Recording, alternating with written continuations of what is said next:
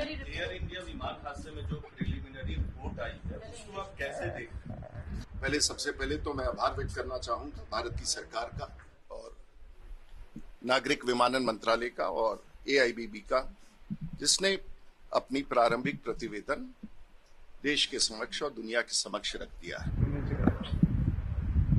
और जो 1 माह का कार्य अवधि था उसके भीतर रख दिया। इसलिए बड़ा विश्वास है देश की सरकार और देश के तंत्र पर, जिन्होंने ये प्रतिवेदन रख दिया है।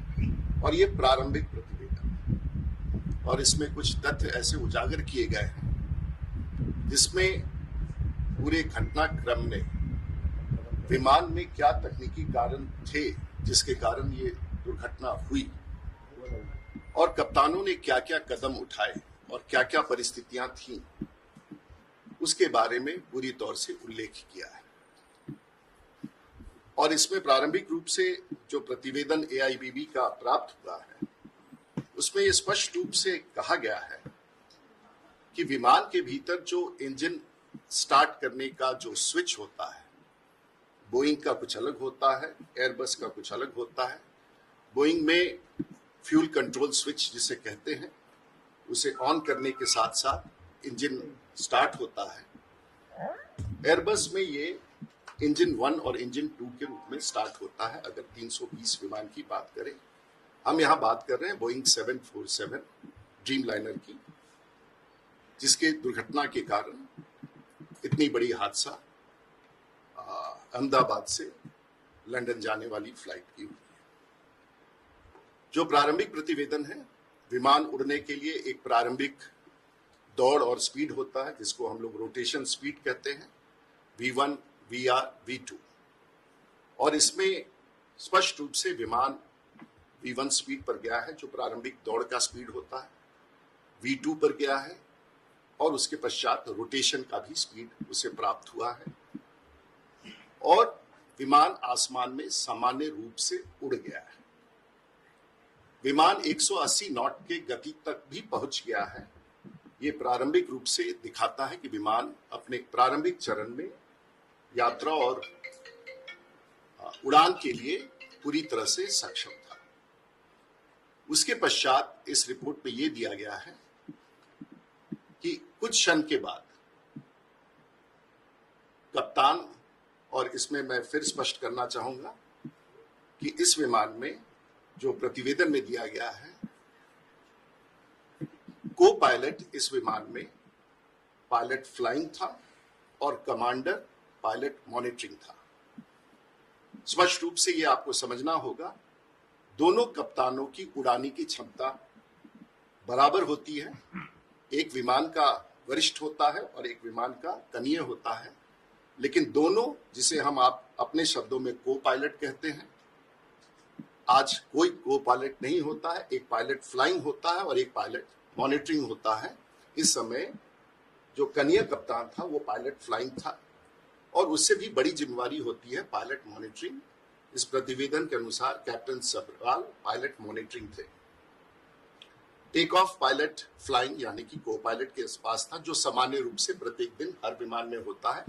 एक सेक्टर में एक व्यक्ति पायलट फ्लाइंग होता है और दूसरे सेक्टर में दूसरा व्यक्ति पायलट फ्लाइंग होता है। ये प्रशिक्षण के दृष्टिकोण से मान्य है और ये विषय कई बार इसमें उठ सकता है कि आप ये कहेंगे कि पायलट, छोटा पायलट क्यों उड़ा रहा था। इस तथ्य को हमेशा के लिए आप खत्म कर दें। दोनों विमान कप्तानों की क्षमता बराबर होती है उड़ान भरने के लिए। इसमें जो तथ्य आए हैं, जो फ्यूल कंट्रोल स्विच है, क्रैश के बाद जो AIBB ने पता लगाया है और देखा है, दोनों फ्यूल स्विच ऑन पोजीशन में थे, यानी कि अपनी जगह पर थे जहां उन्हें होना चाहिए विमान चलाने के लिए।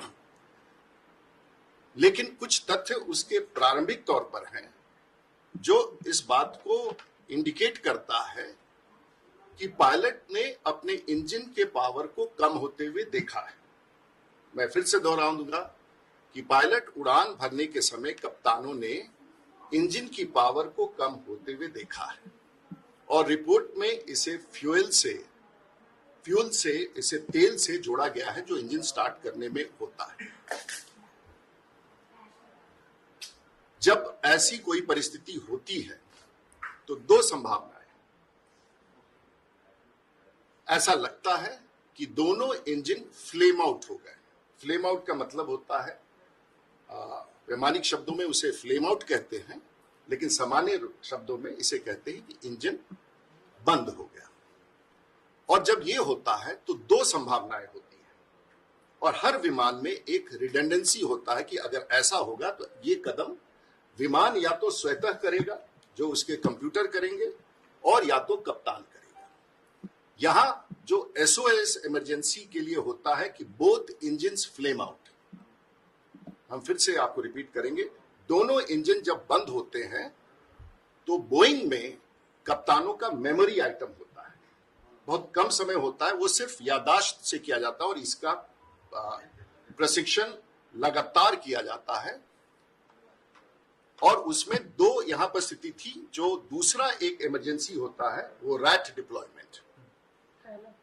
पहला है कि जब मेमोरी आइटम, उसमें यह करना होता है बोइंग में, एयरबस में ये नहीं करना पड़ता। एयरबस में ये अपने आप होता है। बोइंग में with in fraction of a second कप्तान को जब लगता है कि मेरा इंजन फ्लेम आउट हुआ, वो दोनों स्विच को ऑफ करता है और वापस फिर ऑन करता है। तो उसी समय जो उसका कंप्यूटर है वो इस कमांड को लेता है और फिर से इंजन स्टार्ट करने लगता है। रिपोर्ट में यह भी दिया गया है कि एक इंजन वापस स्टार्ट होने लगा है और दूसरा इंजन स्टार्ट होते होते उसे कुछ वक्त लग रहा था। तो यह स्पष्ट है कि फिर से इंजन फ्लेम आउट के बाद फिर से इंजन स्टार्ट होने लगा है, और कप्तान ने उस प्रयास को स्विच ऑफ करके ऑन तुरंत किया, जो with in fraction of a second उसने किया है, और ये इंजन स्टार्ट। लेकिन तब तक इंजन का पावर इतना कम हो गया था, और सामने में, क्योंकि ये तो बड़ा सवाल है आने वाले दिनों में कि एयरपोर्ट के सामने भवनों के निर्माण पर जो ये चर्चा है उसको हम अलग से लेंगे, और उसके बाद उसने नियंत्रण खो दिया है। मेडे मेडे